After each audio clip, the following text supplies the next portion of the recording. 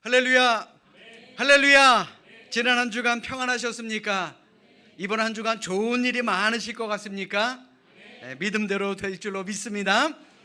제가 징크스가 하나 있습니다. 희한하게 날씨 얘기만 하면요, 여지없이 제 예상이 빗나가더라고요.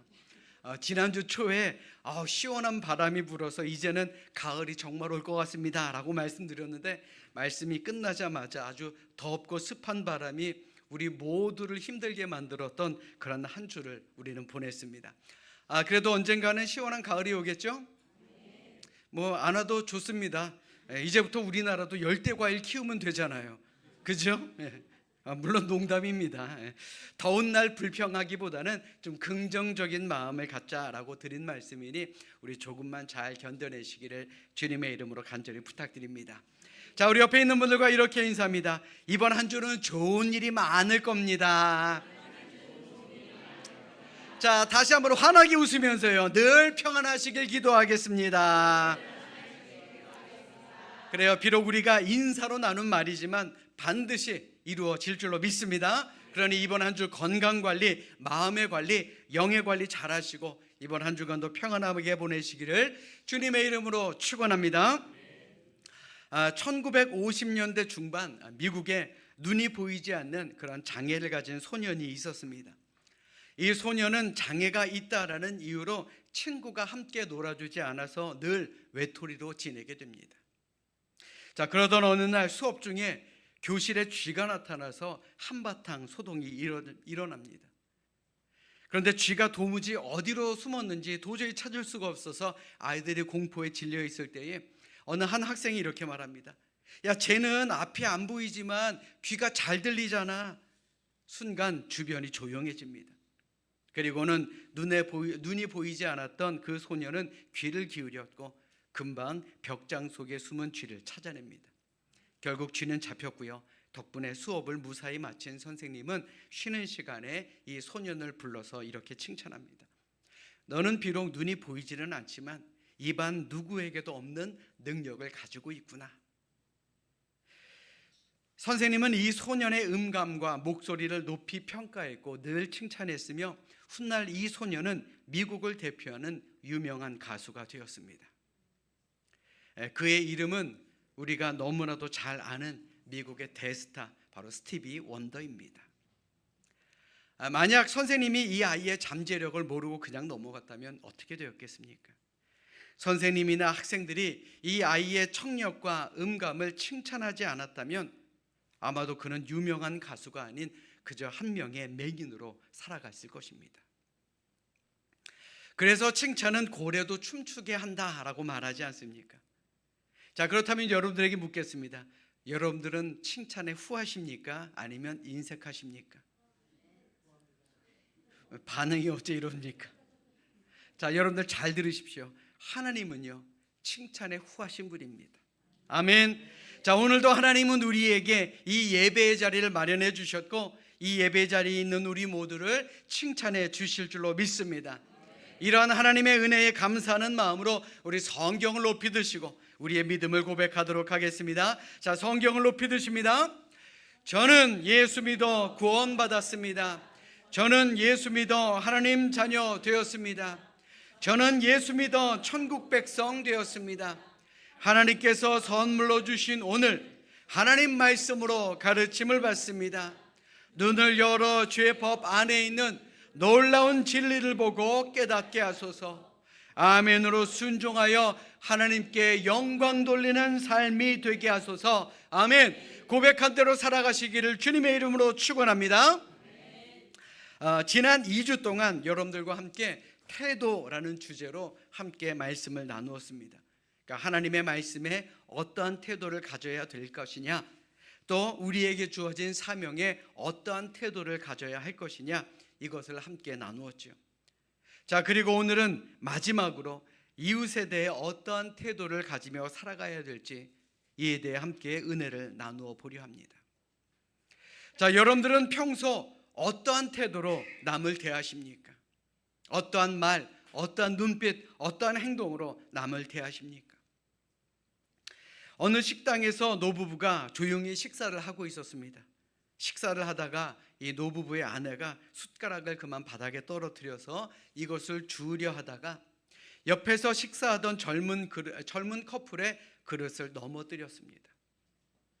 그러자 젊은 남자가 화를 내며 아니 늙었으면 집에서 조용히나 계시지 왜 여기까지 나와서 이러느냐라고 화를 냅니다. 그러자 할아버지는 나이를 먹으니 실수가 많아지네요. 정말 죄송합니다 라고 사과를 합니다. 툴툴대며 식사를 하던 젊은 커플들이 이제 막 식사를 마치고 기분이 나쁜 채로 차를 급하게 몰고 나가다가 옆에 있는 차를 살짝 긁었습니다. 자, 그런데 그 차의 주인은 바로 그 할아버지였던 겁니다. 게다가 이 할아버지의 차는 엄청나게 비싼 차였습니다. 너무 당황해서 어쩔 줄 모르는 젊은이에게 할아버지는 이렇게 말합니다. 운전을 하다 보면 그럴 수도 있죠. 나이를 먹어 바깥으로 많이 돌아다녀서 죄송합니다. 자, 그런데 며칠 후 이 젊은 친구에게 보험사로부터 전화가 옵니다. 수리비가 2,800만 원 나왔다고요. 그러면서 보험사 직원은 이렇게 말합니다. 만약 당신이 식당에서 조금만 더 친절했다면 이 할아버지는 수리비를 받지 않았을 겁니다 라고 말입니다.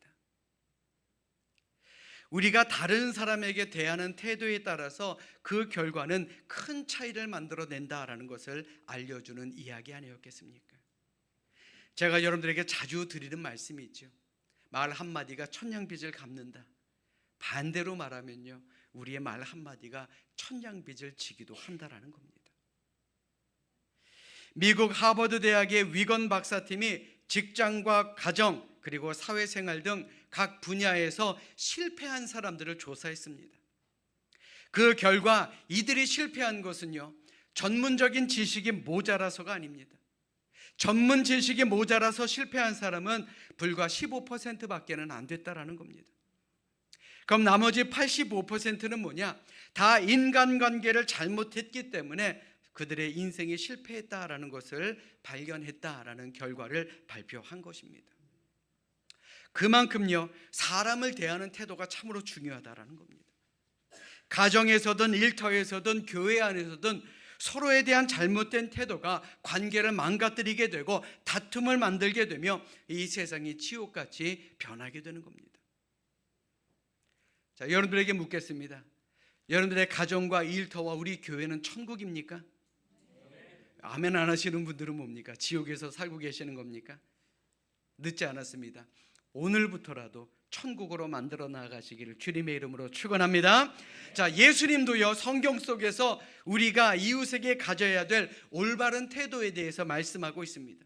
그리고 그 말씀은 바로 오늘 우리에게 주신 말씀입니다. 자, 그렇다면 예수님은 우리에게 사람에 대해 어떠한 태도를 가지라고 말씀하고 있습니까? 자, 무엇보다도요, 우리는 사람을 대할 때 예수님을 대하는 태도를 가지고 살아가야 한다라는 겁니다. 오늘 보면 40절의 말씀 우리 같이 읽도록 하겠습니다. 자, 40절입니다. 시작. 임금이 대답하여 이르시되 내가 진실로 너희에게 이르노니 너희가 여기 내 형제 중에 지극히 작은 자 하나에게 한 것이 곧 내게 한 것이니라 하시고. 아멘. 또 45절의 말씀도 같이 읽겠습니다. 시작. 이에 임금이 대답하여 이르시되 내가 진실로 너희에게 이르노니 이 지극히 작은 자 하나에게 하지 아니한 것이 곧 내게 하지 아니한 것이니라 하시리니. 아멘. 예수님은 마지막 심판 때에 대해서 제자들에게 말씀을 하시면서 내 형제 가운데 지극히 작은 자 하나에게 한 것이 곧 예수님에게 한 것이다 라고 말씀하고 있습니다. 여기서 말하는 형제는요, 좁게는 예수님을 따르는 제자들을 말하고요, 넓게는 예수님이 돌보시는 그런 병들고 가난한 이웃들, 사회적으로 경제적으로 약자들을 말한 것입니다. 예수님이 말씀하시는 약자가 과연 뭡니까? 배고픈 사람, 목마른 사람, 헐벗은 사람, 나그네가 된 사람, 병든 사람, 옥에 갇힌 사람들.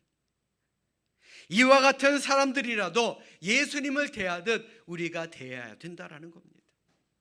다시 말해 우리가 예수님을 구주로 영접했다면, 우리가 그리스도인이라고 한다면 우리 이웃에 대한 태도가 달라져야 한다라는 겁니다. 사람을 보는 눈이 달라져야 한다라는 겁니다. 사실 많은 세상 사람들 중에 다른 사람들을요, 수단으로 생각하는 사람들 많습니다. 인격적으로 대하지 못하는 사람들이 얼마나 많습니까? 과거 히틀러는 신체적으로, 정신적으로 장애를 가진 사람들은 쓸모없다라고 생각하고 실제로 T4 프로그램을 통해서 약 20만 명의 사람들을 무참히 살해해버렸습니다. 왜요? 위대한 나치에는, 이 아리아인들에게는 장애인이 있어서는 안 된다라고 생각했기 때문에 그렇습니다. 이는 지금도 일어나는 일입니다. 지금은 조금 달라졌다라 그러는데 북한의 수도인 평양에는 장애인이 없다 그럽니다. 왜요? 외국인들이 보고 싫어할까 봐, 평양에 대한 이미지가 훼손될까 봐 그들을 지방으로 이주하라는 명령이 있었기 때문이다라는 것입니다. 물론 오늘 이 자리에 있는 우리는 그런 삶을 살지는 않습니다. 그러나 나와 조금 다른 사람에 대해서 거리를 두려워하는 마음을 가지고 살아가는 것은 아닌지 우리 스스로에게 한번 물어봐야 하지 않겠습니까? 여러분들에게 묻겠습니다. 여러분들은 이웃을 대할 때 그 사람이 예수님이라고 생각하며 대하십니까?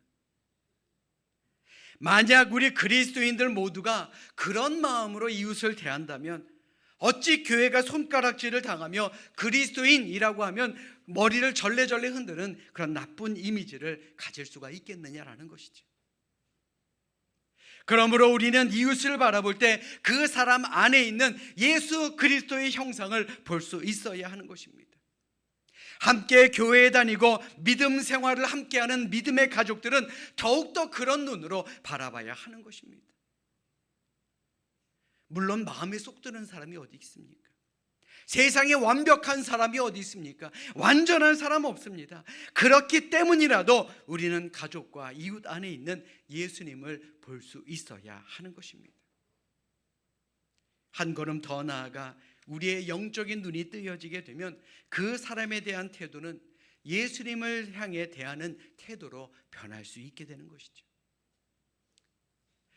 프랑스의 철학자 엠마누엘 레비나스는 타인의 얼굴이 곧 하나님의 얼굴이다 라고 말했습니다.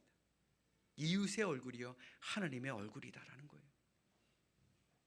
여러분들 잘 들으십시오. 우리 그리스도인들은 그 정도까지 다른 사람들에게 성숙한 태도를 가질 수 있도록 노력해야 되는 사람들입니다.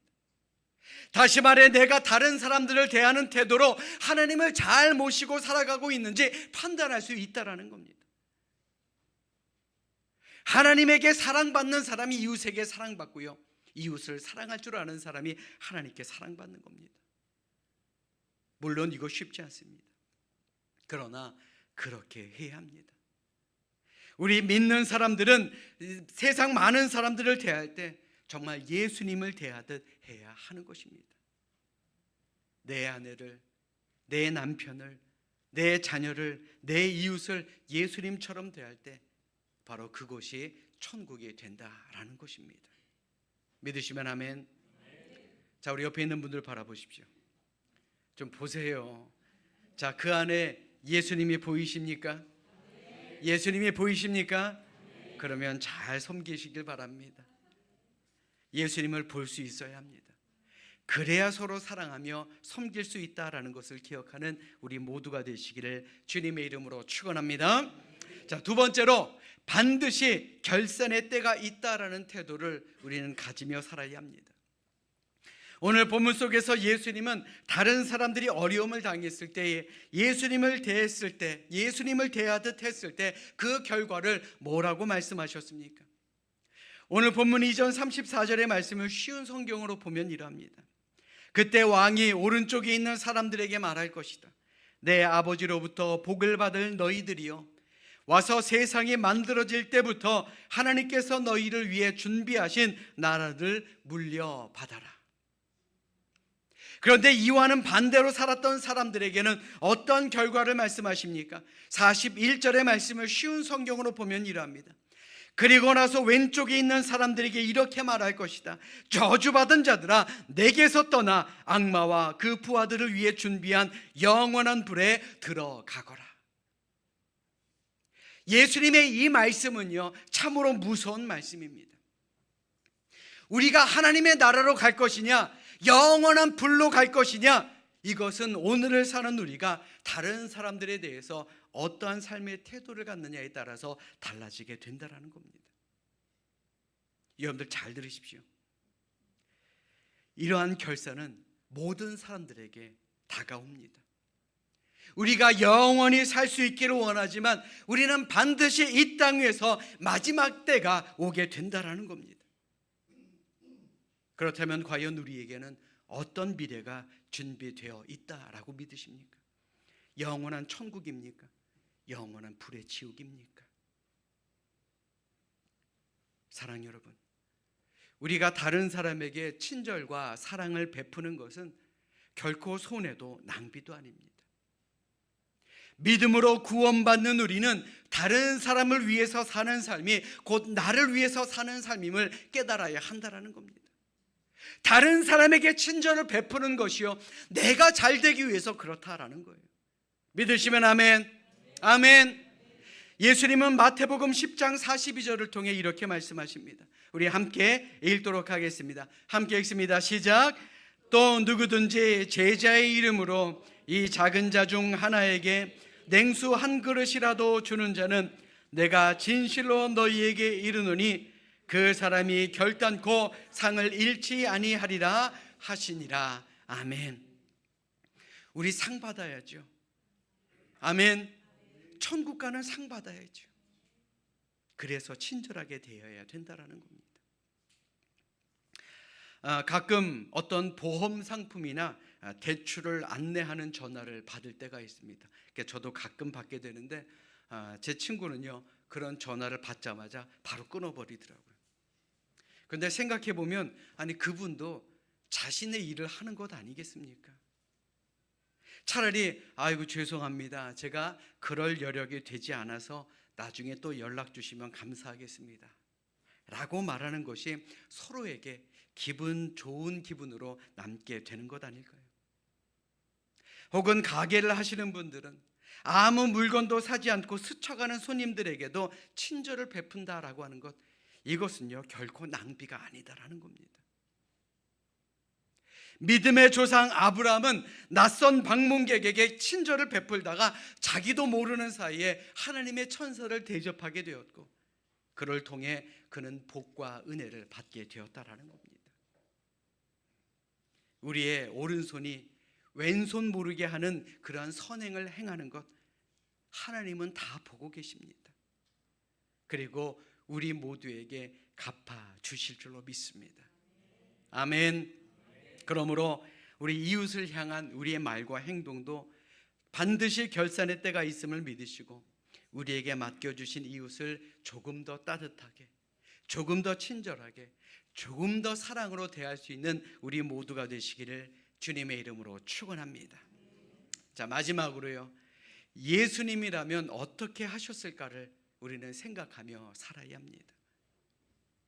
예수님이 이 땅에 오신 이유가 뭡니까?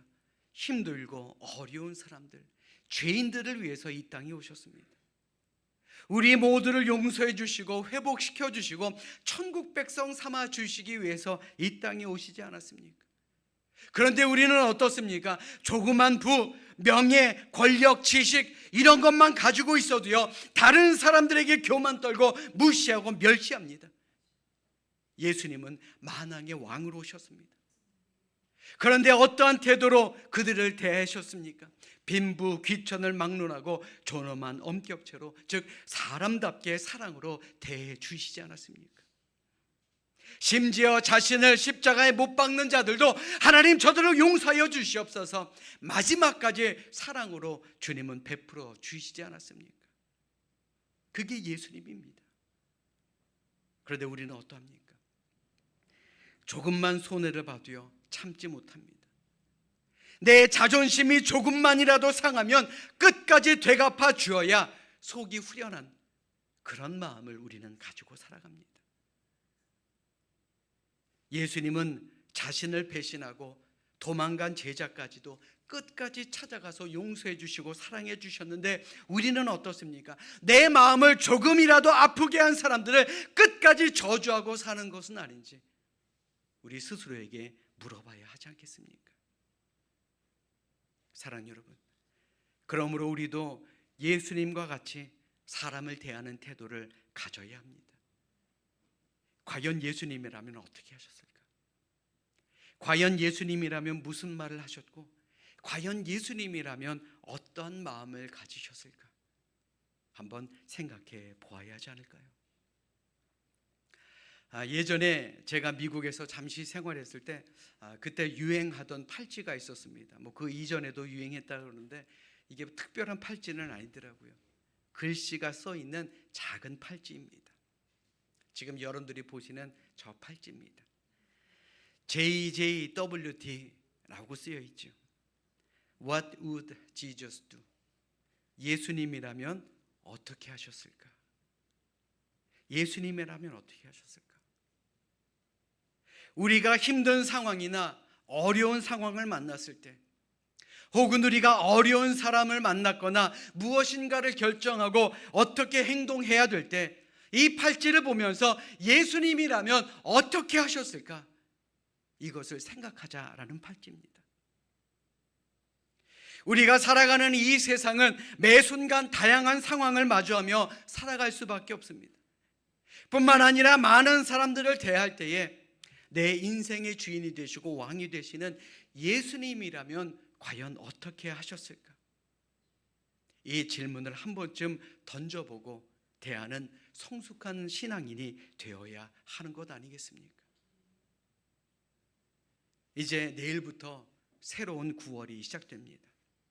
오늘 우리 들은 말씀 우리 마음에 새겨 두시길 바랍니다.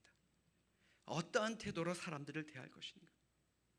예수님의 마음으로 가족과 교인 그리고 이웃을 대한다면 우리의 말과 행동은 분명히 달라지게 될 줄로 믿습니다. 사업을 하는데도 마찬가지입니다. 직장에서 일을 하면서도 마찬가지고요. 가정에서 일하시면서도 꼭 기억하십시오. 공부를 하면서도 반드시 이 질문을 하며 살아가시기를 주님의 이름으로 부탁드립니다. 예수님이라면 어떻게 하셨을까? 예수님이라면 어떻게 하셨을까? 사랑하는 여러분, 우리가 살아가는 이 세상은 양육강식의 세상입니다. 끊임없이 사람을 수단화하여 자기 목적을 성취하기를 강요하는 세상을 우리가 살아가고 있습니다. 또 그렇게 출세하고 성공한 사람들을 부러워하고 칭찬하는 세상을 우리가 살아가고 있죠. 이러한 세상에서 예수님처럼 이웃을 대하는 것은 쉽지 않습니다. 마지막 때 결산을 보고 사람을 대하는 것, 이거 결코 쉬운 일 아닙니다. 다른 사람을 예수님으로 대하는 것, 이거 결코 쉬운 일은 아닙니다. 그러나 은혜로 구원받고 하나님의 존귀한 백성이 된 우리는 언젠가는 반드시 결산의 때가 있다라는 사실을 잊지 마시고, 예수님이라면 어떻게 하셨을까? 예수님이라면 어떻게 행동하셨을까? 이 질문을 스스로에게 늘 하며 살아가는 우리 모두가 되시기를 주님의 이름으로 부탁드립니다. 언젠가 우리도 주님의 앞에 설 때가 옴을 기억하시고, 마지막 그날 부끄러운 구원이 아닌 칭찬이 넘치는 구원을 이루는 우리 모두가 되시기를 이 시간 주님의 이름으로 간절히 축원합니다.